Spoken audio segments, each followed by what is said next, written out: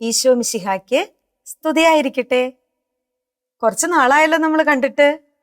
എല്ലാ കൊച്ചുകൂട്ടുകാർക്കും സുഖാണല്ലോ അല്ലേ? അപ്പോ ഇന്നത്തെ നമ്മുടെ ക്ലാസ്സുകൾ ആരംഭിക്കാം. അപ്പൊ അന്ന് ടീച്ചർ പഠിപ്പിച്ച പ്രാർത്ഥന എല്ലാവർക്കും ഓർമ്മയുണ്ടോ? Very good. അപ്പൊ എന്ത് ചെയ്യണം? എഴുന്നേറ്റ് നിന്ന് കൈകൂപ്പി കണ്ണുകളടച്ച് നമുക്ക് പ്രാർത്ഥിക്കാം. എൻ്റെ കൊച്ചുണ്ണീശോയെ, നിന്നെ ഞാൻ സ്നേഹിക്കുന്നു. നേർവഴിയിലൂടെ ചരിക്കാൻ എൻ്റെ പാദങ്ങളെയും, നല്ലത് പ്രവർത്തിക്കാൻ കൈകളെയും, നല്ലത് ചിന്തിക്കാൻ ബുദ്ധിയെയും മനസ്സിനെയും, നല്ലത് കാണാൻ കണ്ണുകളെയും, നല്ലത് സംസാരിക്കാൻ നാവിനെയും ശക്തിപ്പെടുത്തണമേ. പിതാവിൻ്റെയും പുത്രൻ്റെയും പരിശുദ്ധാത്മാവിൻ്റെയും നാമത്തിൽ ആമേൻ. അപ്പോ അന്ന് ടീച്ചർ പറഞ്ഞ പോലെ തന്നെ ഒരു 15 മിനിറ്റ് ഓടി നടക്കരുത്, നല്ല കുട്ടികളായിട്ടിരിക്കണം. ഈ വർഷത്തെ നമ്മുടെ വിശ്വാസ പരിശീലനത്തിന്റെ ആപ്തവാക്യം എന്താണ്? ക്രിസ്തു ദർശനം മാതാപിതാക്കളിലൂടെ. Very good. എല്ലാ കൂട്ടുകാർക്കും അറിയാം. നമ്മുടെ വിശ്വാസവുമായി ബന്ധപ്പെട്ട്, വിശ്വാസ പ്രഖ്യാപനവുമായി ബന്ധപ്പെട്ട ഒരു ആപ്തവാക്യമുണ്ട്. അതെന്താണെന്നറിയോ? ഇന്ന് നമ്മൾ പഠിക്കാൻ പോകുന്ന പാഠത്തിന്റെ പേര് തന്നെയാണത്. എന്താണ്? എൻ്റെ കർത്താവേ, എൻ്റെ ദൈവമേ. ഈ വിശ്വാസ പ്രഖ്യാപനം നടത്തിയത് ആരാണെന്ന് നിങ്ങൾക്കറിയാമോ? ടീച്ചർ ഒരു ക്ലൂ തരാം. മുത്തപ്പോ പൊന്മലകേറ്റം, മുത്തപ്പോ പൊന്മലകേറ്റം. എന്തെങ്കിലും മനസ്സിലായോ? കുറച്ചു പേർക്കൊക്കെ മനസ്സിലായിട്ടുണ്ട്. അവര് മിണ്ടരുത്. ടീച്ചർ ഒരു കൊച്ചു വീഡിയോ കൂടി കാണിച്ചു തരാം. അത് കാണുമ്പോൾ നിങ്ങൾക്ക് ഈ വിശ്വാസ പ്രഖ്യാപനം നടത്തിയത് ആരാണെന്ന് മനസ്സിലാവും.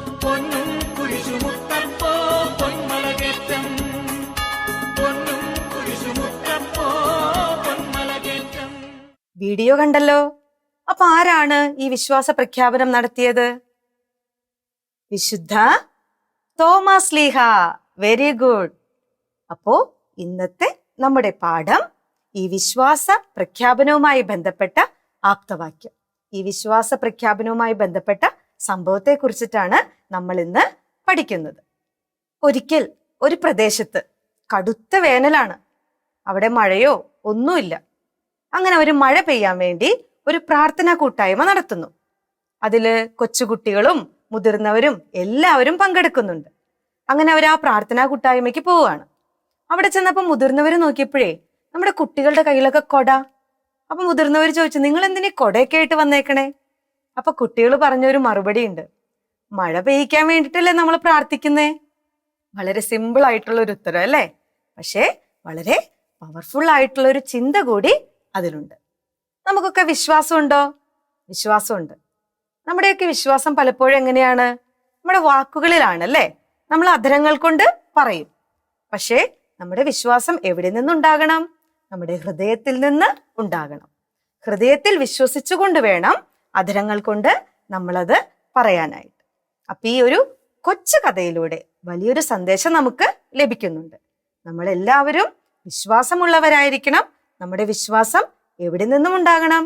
നമ്മുടെ ഹൃദയത്തിൽ നിന്നും ഉണ്ടാകണം. എന്താണ് വിശ്വാസം? അറിയാമോ നിങ്ങൾക്ക്? കേട്ടിട്ടുണ്ട് അല്ലേ? നിങ്ങൾ പഠിച്ചിട്ടുണ്ടാവും മുന്നത്തെ ക്ലാസ്സുകളിൽ. വിശ്വാസം എന്ന് പറഞ്ഞാൽ എന്താ? പ്രത്യാശിക്കുന്നവ ലഭിക്കുമെന്ന ഉറപ്പ്, കാണപ്പെടാത്തവ ഉണ്ട് എന്നുള്ള ബോധ്യം.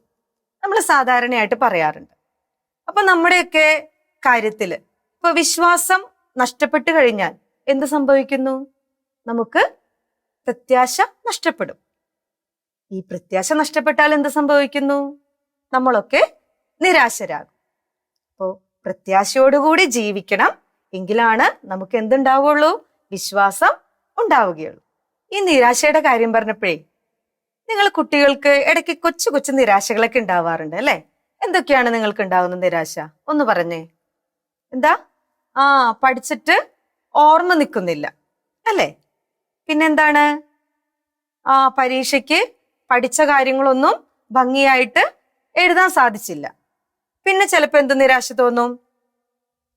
എന്നെക്കാളും എന്ത് നന്നായിട്ട് അവൻ പഠിക്കണേ, അല്ലെങ്കിൽ എന്നെക്കാളും എന്ത് ഭംഗിയായിട്ടാ അവൻ പാട്ടുപാടണേ, എന്തൊരു ഭംഗിയായിട്ടാ അവന് നൃത്തം ചെയ്യാൻ സാധിക്കുന്നത് എന്നൊക്കെ നമുക്ക് മറ്റുള്ളവരുമായി ഒരു താരതമ്യം ചെയ്തുകൊണ്ട് പലപ്പോഴും നമുക്ക് നിരാശ ഉണ്ടാവാറുണ്ട് അല്ലേ?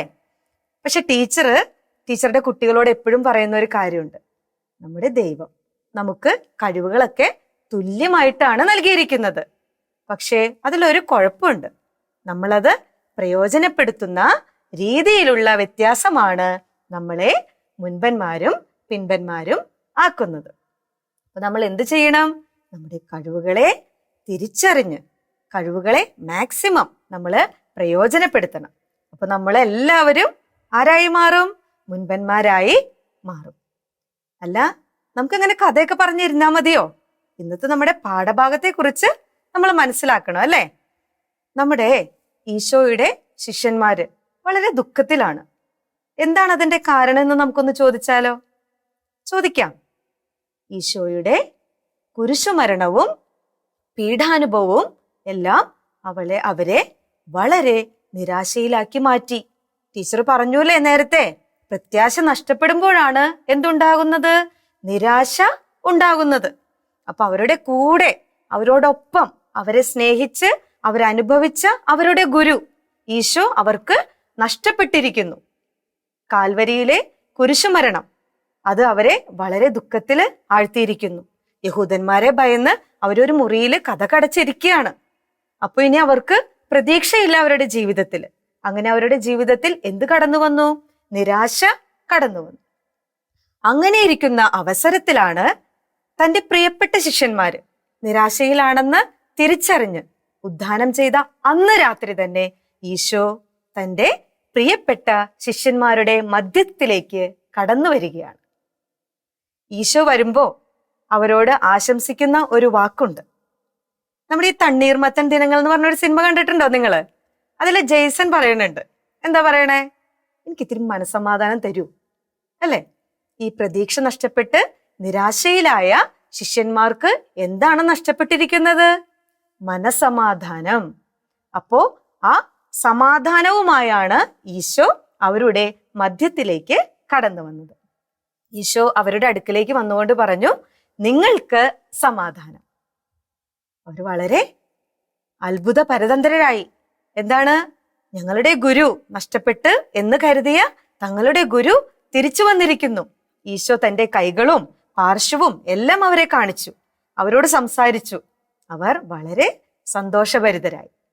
ഈശോ തങ്ങളുടെ കൂടെ ഉദ്ധിതനായ ഈശോയുടെ സ്നേഹവും മഹത്വവും അവർ അനുഭവിച്ചറിഞ്ഞു. അവർ ആത്മധൈര്യം ഉള്ളവരായി. അപ്പൊ നമ്മുടെ ജീവിതത്തിലും കൊച്ചു കൊച്ചു നിരാശകളും വേദനകളൊക്കെ വരുമ്പോ നമ്മള് ആരോട് പ്രാർത്ഥിക്കണം?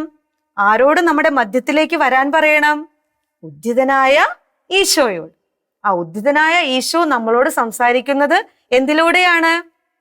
തിരുവചനത്തിലൂടെയാണ്. അപ്പൊ ഓരോ തിരുവചനവും ടീച്ചർക്ക് പലപ്പോഴും അനുഭവമുള്ള ഒരു കാര്യമാണ്.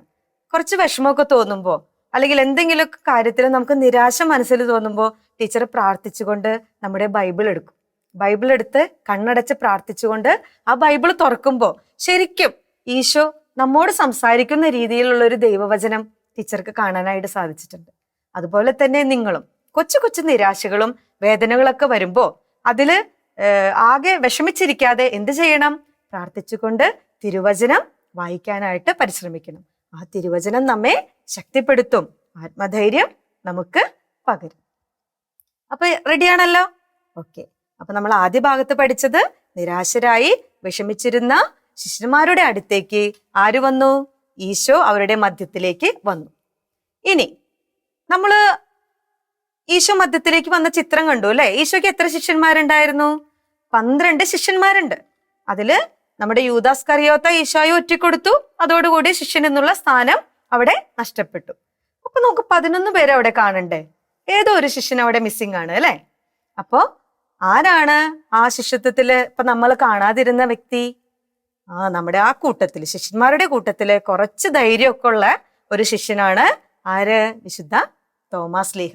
അപ്പൊ തോമാസ് ലീഹ രാത്രിയില് അവിടുത്തെ സാഹചര്യങ്ങളൊക്കെ ഒന്ന് വീക്ഷിക്കാനായിട്ട് പുറത്തേക്ക് പോയ സമയത്താണ് നമ്മുടെ ഈശോ കടന്നു വരുന്നത്. തോമാസ് ലീഹ തിരിച്ചു വന്നപ്പോ ശിഷ്യന്മാർ ഓടിച്ചെന്നു, ഞങ്ങൾ ഈശോയെ കണ്ടു, നമ്മുടെ കർത്താവിനെ കണ്ടു എന്നൊക്കെ പറഞ്ഞു. ഇത് കേട്ടപ്പോ തോമാസ് ലീഹ പറഞ്ഞു, അതൊക്കെ ശരി, നിങ്ങൾ കണ്ടു, പക്ഷെ എന്ത് വേണം? എനിക്ക് എന്റെ കണ്ണുകൾ കൊണ്ട് കാണണം, അവന്റെ കൈകളിലെ മുറിപ്പാടുകൾ കാണണം, അവന്റെ പാർശ്വത്തിൽ എന്റെ കൈ വെക്കണം, എന്നാലും മാത്രമേ ഞാൻ വിശ്വസിക്കുള്ളൂ. നിങ്ങൾ കണ്ടതൊക്കെ ശരി. നമ്മുടെ കൂട്ടുകാരിലും ചിലരൊക്കെ ഉണ്ടാവും അല്ലെ, എന്ത് പറഞ്ഞാലും വിശ്വസിക്കില്ല, അത് അങ്ങനെ കണ്ടു തന്നെ വിശ്വസിക്കും. അപ്പൊ നമ്മൾ പറയും, ഓ തോമാസ് ലീഹയുടെ പോലെ തൊട്ടു വിശ്വാസിയാണല്ലോ നീ എന്ന് പറയും അല്ലെ. അപ്പോ ഇങ്ങനെ പറയാനൊരു കാരണമുണ്ട്. തോമാസ് ലീഹ ഈശോയോടൊപ്പം മരിക്കാൻ പോലും തയ്യാറായി നിന്ന ശിഷ്യനാണ്. ഒപ്പം ലാസറിനെ ഉയർപ്പിക്കാൻ പോകുന്ന സംഭവത്തിലെ മറ്റു ശിഷ്യന്മാരൊക്കെ പേടിച്ചിരുന്ന സമയത്ത് നമ്മുടെ തോമാസ് ലീഹ പറഞ്ഞു, അവനോട് കൂടെ മരിക്കാൻ നമുക്കും പോകാം. അപ്പൊ ഈശോയെ അത്രമാത്രം സ്നേഹിച്ചു. ആ സ്നേഹമാണ് ഇങ്ങനെയൊരു വാശി, അല്ലെങ്കിൽ ഈശോയെ എനിക്ക് നേരിട്ട് കാണണം എന്നുള്ളൊരു വാക്ക് അവനിൽ നിന്നും പുറപ്പെടുവിക്കാനായിട്ട് സാധ്യമാക്കിയത്. അങ്ങനെ 8 ദിവസങ്ങൾക്ക് ശേഷം ശിഷ്യന്മാരുടെ മധ്യത്തിലേക്ക് ഈശോ വീണ്ടും കടന്നു വരുന്നു. അപ്പൊ നമ്മുടെ തോമാസ് ലീഹ അവിടെ ഉണ്ട്. തോമാസ് ലീഹാനെ ഈശോ വിളിച്ചു, തോമാസേ, ദേ എന്റെ ആണിപ്പഴുതുള്ള കൈ നീ കണ്ടോ, എന്റെ പാർശ്വത്തിൽ വെച്ചോ. സംഭവമൊക്കെ ശരി, എന്താണ്? അവിശ്വാസിയാകതെ എന്താകണം? വിശ്വാസിയായി മാറണം. നമ്മൾ എപ്പോഴും വാക്കുകൾ കൊണ്ട് മാത്രമല്ല, ടീച്ചർ പറഞ്ഞ പോലെ ഹൃദയം കൊണ്ടും നമ്മൾ വിശ്വസിക്കണം. അപ്പൊ തോമാസ് ലീഹ ഈശോയെ കണ്ടു, പാർശ്വത്തിലും കൈകളിലും തൊട്ടു. അപ്പോൾ തോമാസ് ലീഹയുടെ ഒരു വിശ്വാസ പ്രഖ്യാപനം അവിടെ നടന്നു. അതാണ് നമ്മൾ പറഞ്ഞത് ഇന്നത്തെ പാഠം, എന്റെ കർത്താവേ, എന്റെ ദൈവമേ. ഈശോയെ കർത്താവും ദൈവവുമായി അവിടെ പ്രഖ്യാപിക്കുകയാണ്. നമ്മുടെ വിശ്വാസ പ്രഖ്യാപനത്തിന്റെ അടിത്തറ എന്ന് പറയുന്നത് ഈ ഒരു വാക്യമാണ്. ഇനി നമ്മൾ പലപ്പോഴും, ഇപ്പൊ ടീച്ചർ പറഞ്ഞു, ആദ്യം ശിഷ്യന്മാരുടെ മധ്യത്തിലേക്ക് വന്നു, തോമാസ് ലീഹായും ശിഷ്യന്മാരും ഇരിക്കുമ്പോൾ അവിടെ മധ്യത്തിലേക്ക് വന്നു. പെന്തക്കൊസ്ത എന്ന് പറയുന്ന ഒരു സംഭവം, മാതാവും ശിഷ്യന്മാരും ഇരിക്കുമ്പോൾ അവരുടെ മധ്യത്തിലേക്കാണ് ദൈവം വരുന്നത്.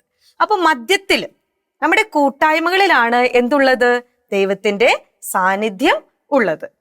അപ്പൊ നമ്മള് എന്താണ് ചെയ്യേണ്ടത്? സഭയോട് ചേർന്ന് നിൽക്കണം. നമ്മുടെ കൂട്ടായ്മ എന്ന് പറയുന്നത് എന്തൊക്കെയാണ്? ഇടവകയിലെ നമ്മുടെ പ്രവർത്തനങ്ങള്, ദിവ്യബലി, വിശ്വാസ പരിശീലനം, പിന്നെന്താണ്, ആത്മീയ സംഘടനകള്, കുടുംബ സമ്മേളനം. അപ്പോ ഇതിലെല്ലാം നമ്മള് ചേർന്ന് പ്രവർത്തിക്കുമ്പോൾ, കൂട്ടായ്മകളിൽ ചേർന്ന് പ്രവർത്തിക്കുമ്പോൾ ദൈവത്തിന്റെ സാന്നിധ്യം നമുക്ക് അനുഭവപ്പെടുന്നു. അതുപോലെ മറ്റൊരു കാര്യം കൂടി ടീച്ചർ പറയാം. ഈ റോമില് പണ്ടൊക്കെ ചക്രവർത്തി ഭരണമായിരുന്നു.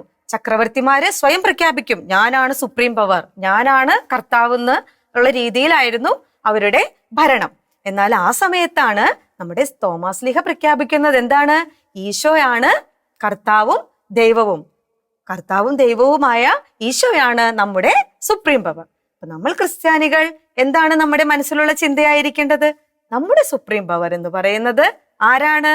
ദൈവമാണ്. കർത്താവും ദൈവവുമായ ഈശോയാണ്. ഇന്ന് നമ്മൾ പഠിച്ച കാര്യങ്ങളൊക്കെ എല്ലാവർക്കും മനസ്സിലായെന്ന് ടീച്ചർക്ക് തോന്നുന്നു. അപ്പൊ ഈശോ ദുഃഖിതരായ ശിഷ്യരുടെ അടുത്തേക്ക് എന്തുമായി വന്നു? നിങ്ങൾക്ക് സമാധാനം. തോമാസ് ലീഹായോട് എന്താണ് പറഞ്ഞത്? എന്റെ പാർശ്വത്തിൽ കൈവയ്ക്കുക, നിന്റെ കൈ എന്റെ ആണിപ്പഴുതുള്ള കൈകളിൽ തൊടുക, അവിശ്വാസിയാകാതെ വിശ്വാസിയായി മാറുക. ഒപ്പം അവിടെ ഒരു വിശ്വാസ പ്രഖ്യാപനം കൂടി തോമാസ് ലീഹ നടത്തുന്നു, എന്റെ കർത്താവേ, എന്റെ ദൈവമേ. കർത്താവും ദൈവവുമായ ഈശോ. അപ്പൊ തോമാസ് ലീഹയെ കുറിച്ച് നമ്മൾ പറഞ്ഞു അല്ലെ. അതില് കുറച്ച് കാര്യങ്ങൾ മാത്രമാണ് ടീച്ചർ പറഞ്ഞത്. 14ാമത്തെ പാഠത്തില് വളരെ വ്യക്തമായി തോമാസ് ലീഹയെ കുറിച്ച് ആ ടീച്ചർ നിങ്ങളെ പഠിപ്പിക്കും. അപ്പൊ മലയാറ്റൂർ ഭാരതത്തിലേക്ക് പ്രേഷിത പ്രവർത്തനവുമായി വന്ന ഈശോയുടെ ശിഷ്യനാണ് തോമാസ് ലീഹ. അദ്ദേഹം ആ സമയത്ത് മലയാറ്റൂരും എത്തി, അവിടെ കുരിശ് സ്ഥാപിച്ചു. ഒപ്പം ഇപ്പൊ നമുക്ക് മലയാറ്റൂര്, നിങ്ങൾ എല്ലാവരും മലയാറ്റൂര് പോയിട്ടുണ്ടോ? ഓക്കെ, കുറച്ച് പേര് ഇനി പോവാനുണ്ട് അല്ലെ. അപ്പൊ ഇനി എന്ത് ചെയ്യണം എന്നറിയാമോ? നിങ്ങൾക്ക് അങ്ങനെ ഒരു അവസരം ലഭിക്കുമ്പോൾ നിങ്ങൾ മലയാറ്റൂര് പോകണം. അവിടെ നിങ്ങൾക്ക് അത്ഭുത നീരുറവയും തോമാസ് ലീഹ സ്ഥാപിച്ച കുരിശും അവിടുത്തെ കാലടി പാദങ്ങളും എല്ലാം നിങ്ങൾക്ക് കാണാനായിട്ട് സാധിക്കും. ഒരു കൊച്ചു പ്രവർത്തനം ടീച്ചർ തരട്ടെ. ഒരു പേപ്പറില് തോമാസ് ലീഹായുടെ ചിത്രം, നടുവില് ചിത്രം നിങ്ങൾ ഒട്ടിക്കണം. അതിനു ചുറ്റും തോമാസ് ലീഹായുമായി ബന്ധപ്പെട്ട കാര്യങ്ങൾ നിങ്ങളൊന്ന് എഴുതാം. ഒരു പദസൂര്യൻ തയ്യാറാക്കണം. ഭാരതത്തിലേക്ക് വന്ന തോമാസ് ലീഹായുമായി ബന്ധപ്പെട്ട കാര്യങ്ങള്, തോമാസ് ലീഹായെ കുറിച്ച് കൊച്ചു കൊച്ചു വിവരണങ്ങൾ നിങ്ങൾ എഴുതണം. അപ്പൊ ഓക്കെ, അപ്പൊ ഒരു കൊച്ചു പ്രാർത്ഥനയിലൂടെ നമ്മുടെ ഇന്നത്തെ ക്ലാസ് നമുക്ക് അവസാനിപ്പിക്കാം. നല്ല കുട്ടികളായിട്ട് ഇനി അടുത്ത ക്ലാസ്സിലേക്ക് വേണ്ടി തയ്യാറാവണം. അപ്പൊ എന്ത് ചെയ്യണം? എഴുന്നേറ്റ് നിന്ന് കൈകൂപ്പി കണ്ണുകൾ അടച്ച് പ്രാർത്ഥിക്കാം. എന്റെ കൊച്ചുണ്ണീശോയെ, തോമാസ് ലീഹായെ പോലെ എന്റെ കർത്താവെ, എന്റെ ദൈവമേ എന്ന വിശ്വാസ പ്രഖ്യാപനം ഞങ്ങളുടെ ജീവിതത്തിലും സാധ്യമാക്കാൻ അനുഗ്രഹിക്കണമേ. ഞങ്ങൾക്ക് ലഭിക്കുന്ന ഓരോ അവസരങ്ങളും അങ്ങയെ പ്രഖ്യാപിക്കുന്നതിനായി വിനിയോഗിക്കാൻ ഞങ്ങളെ പ്രാപ്തരാക്കണമേ. പിതാവിൻ്റെയും പുത്രന്റെയും പരിശുദ്ധാത്മാവിന്റെയും നാമത്തിൽ ആമേൻ.